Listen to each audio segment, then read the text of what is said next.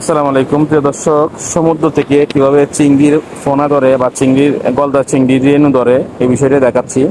আজকে সমুদ্র সৈকতে আসলাম, দেখি অনেক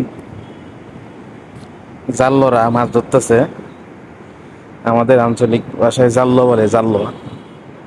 এই যে জাল্লো, অনেকগুলো জাল্লো মাছ ধরতেছে। দেখো মাছকে কোন জাল্লো বেশি মাছ পা, একদম টসটসা রোদ, সারাদিন এরকম অবস্থা। এরা আসলে মাছ ধরে না, বুঝছেন, এরা চিংড়ির ফোনা ধরে। চিংড়ির ফোনা যেগুলো খুবই দামি, রেনু বলে, কি রেনু বলে,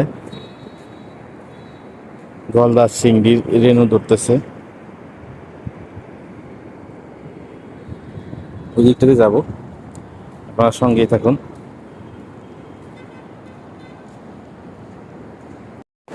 আসসালামু আলাইকুম প্রিয় দর্শক। সমুদ্র থেকে কিভাবে চিংড়ির ফোনা ধরে বা চিংড়ির গলদা চিংড়ির রেনু ধরে এই বিষয়টা দেখাচ্ছি। দেখুন, উত্তাল সমুদ্র সৈকতের তীরে তারা জাল পেতে রাখছে, যাতে সমুদ্র সৈকত থেকে চিংড়ির গলদা চিংড়ির রেনু ধরতে পারে।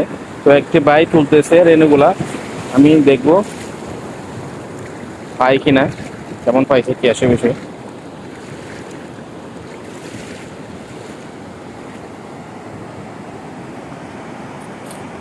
প্রচুর উত্তাল সমুদ্র সৈকত, দেখুন চারিপাশে একদম বড় বড় ঢেউ আসতেছে। কারণ হচ্ছে যে কক্সবাজার 4 নম্বর বিপদ সংকেত চলতেছে, সেই কারণে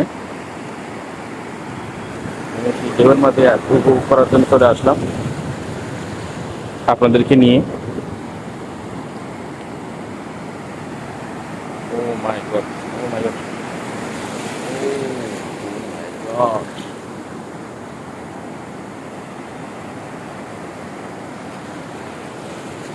অবশ্যই আপনাদেরকে দেখাবো যে ভাই কি কি, কতটুকু চিংড়ি রেনু ধরছে, ফোনা ধরছে। ও মাই গড।